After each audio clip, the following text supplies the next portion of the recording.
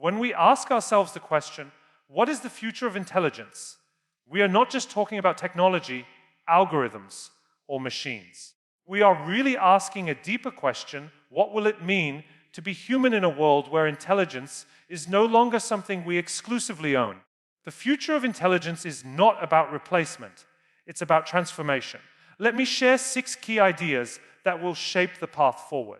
The myth of the lone genius has always shaped the way we think about intelligence. We picture the solitary inventor in his lab, the scientist deep in thought, or the philosopher wrestling with an idea in silence. Yet in reality, history has never been made by isolated brilliance alone. It has always been shaped by networks of people, ideas, and shared insights. The future of intelligence takes this truth to a whole new level. We are entering an era where no single individual, no matter how smart, can hold enough knowledge to navigate the complexity of our world. The challenges we face, climate change, global health, cybersecurity, and even human identity in the digital age are too vast for one mind or even one organization. Instead, intelligence will become something collective, something that emerges from the connections between us and the technologies we create. Imagine making a decision not just based on your memory or even the expertise of your closest colleagues, but with access to the combined experience of millions of people across industries, cultures, and nations. Think of leaders making choices not in isolation, but informed by real-time global data, collaborative platforms, and intelligent systems that distill patterns too vast for a single human brain to see. In this future, our intelligence is not confined to our heads, it is extended into the networks we inhabit. Every interaction, every data point, every digital trace becomes part of an expanding web of knowledge that can be tapped, interpreted, and applied. This shift will fundamentally change how we define being smart. It will no longer be about who knows the most, but who can best access, filter, and synthesize the insights around them. The value of intelligence will lie in our ability to connect seemingly unrelated ideas, to draw wisdom from diverse perspectives, and to know which signals matter in the sea of noise. The true leaders of tomorrow will not be those who try to stand above the crowd, but those who know how to stand within it, amplifying the collective voice to create clarity and direction. Of course, collective intelligence does not mean blind consensus. It means understanding how to create the conditions for diversity of thought, for constructive disagreement, and for the blending of human intuition with machine precision. It means designing systems where algorithms and people learn from one another, where human imagination sets the questions and machine intelligence helps reveal the answers. The lone genius will not disappear, but their role will evolve. Their brilliance will be magnified when plugged into the wider network, their insights sharpened by the wisdom of many. The future of intelligence is a shared future. It is not about owning knowledge, but about sharing it. It is not about competing to be the smartest, but about collaborating to be the most adaptive. And in a world that grows more complex every day, survival will not belong to the individual who knows everything, but to the collective that can learn anything.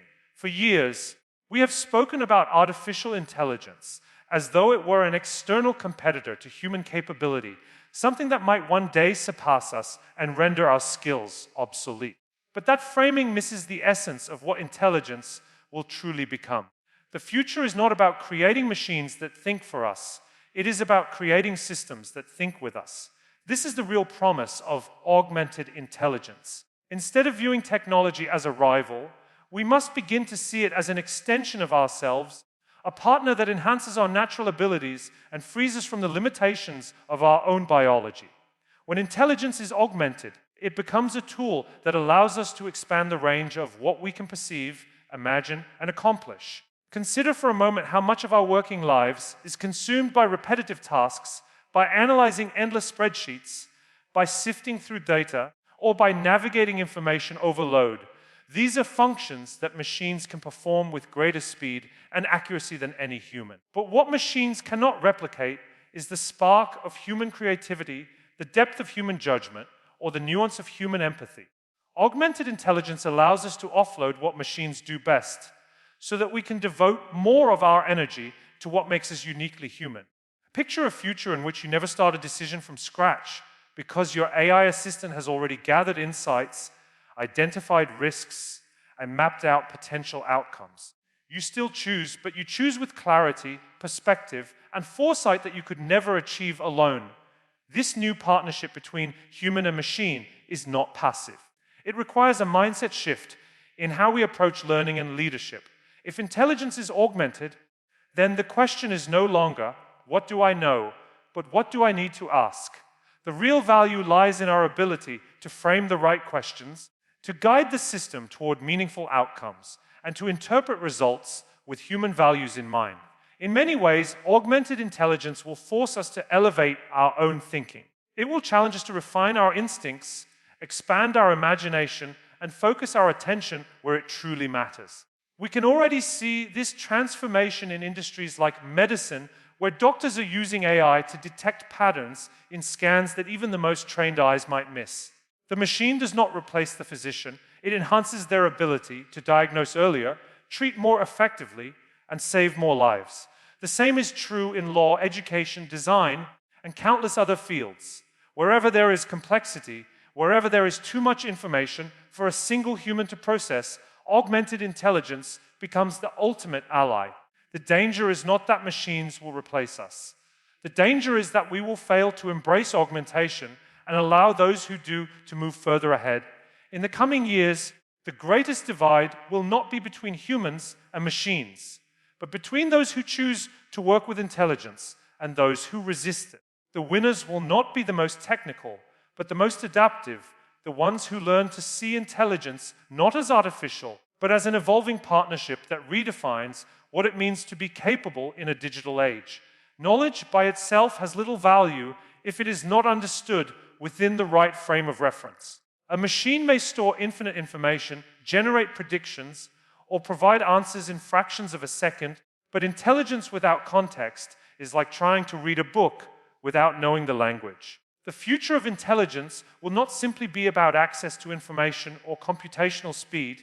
It will be about contextual awareness, the ability to interpret meaning, to connect data with human realities, and to recognize the subtleties that define our decisions. What separates wisdom from mere knowledge is the presence of context, and this will be the dividing line between systems that are merely powerful and those that are truly useful. Imagine two scenarios. In one, an algorithm detects that sales are dropping in a retail chain. It recommends cutting staff or reducing prices. In another, a system recognizes not just the numbers, but the cultural factors at play, a shifting demographic, changing consumer sentiment, or the emotional impact of poor customer experiences.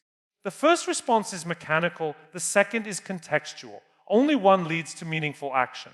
As our reliance on intelligent systems grows, the danger will not be in their inability to compute, but in their inability to understand the why behind the what.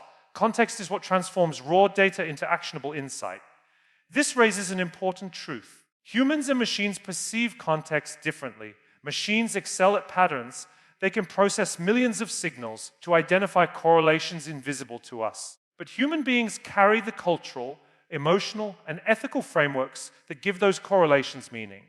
A heart monitor may detect an irregular rhythm, but only a doctor understands the fear on a patient's face, the urgency in their voice, and the importance of explaining the diagnosis in human terms. The future of intelligence lies not in choosing between machine logic and human context, but in weaving them together. When machines supply scale and humans supply meaning, intelligence becomes far more powerful than either could achieve alone. Contextual intelligence will also define how organizations operate. Leaders who succeed will not be the ones who blindly follow data-driven dashboards, but those who know when to question the numbers, when to factor in culture, and when to apply empathy. It is easy to automate processes, but much harder to design systems that can adapt to nuance. This is why the future belongs to those who understand that intelligence is not a static output. It is dynamic, situational, and deeply dependent on perspective. As our world becomes more interconnected, context will matter even more. The same decision made in one country may fail in another because the cultural and social factors are different. A product that thrives in one market may be irrelevant in another because the context has shifted. Machines will not naturally understand this. They must be trained, guided, and framed by human values. Intelligence without context risks creating efficiency without empathy, speed without understanding, and progress without direction. True intelligence will not only answer our questions, it will help us ask the right ones within the right frame. That is why the future of intelligence must be contextual. For most of human history, learning was treated as a finite stage of life. You went to school, earned a degree, perhaps pursued advanced study, and then entered a career where you applied what you had learned. Intelligence was framed as an achievement, something you acquired and then carried with you, largely unchanged, for the rest of your life. But that mindset no longer serves us in a world where knowledge is doubling at unprecedented speed, where technologies evolve faster than entire industries can adapt, and where yesterday's expertise can quickly become tomorrow's irrelevance. The future of intelligence is not fixed, it is continuous. It is not about what you once knew, but about how quickly you can unlearn, relearn, and adapt. We already live in an environment where algorithms update themselves daily, refining their performance based on new data. If machines are constantly evolving, how can we, as human beings, afford to remain static? The organizations and individuals who thrive will not be those who cling to existing knowledge, but those who treat learning as an ongoing cycle rather than a completed task. Continuous intelligence means embracing a mindset where curiosity never ends, where every challenge is an opportunity to grow, and where we are always in beta, always evolving. This has profound implications for leadership. A leader who believes their authority comes from past knowledge will quickly be outpaced by the realities of the future. Authority will not come from what you already know, but from your ability to learn faster than anyone else in the room. Leaders must model adaptability, showing their teams that it is not a weakness to change one's mind, but a strength.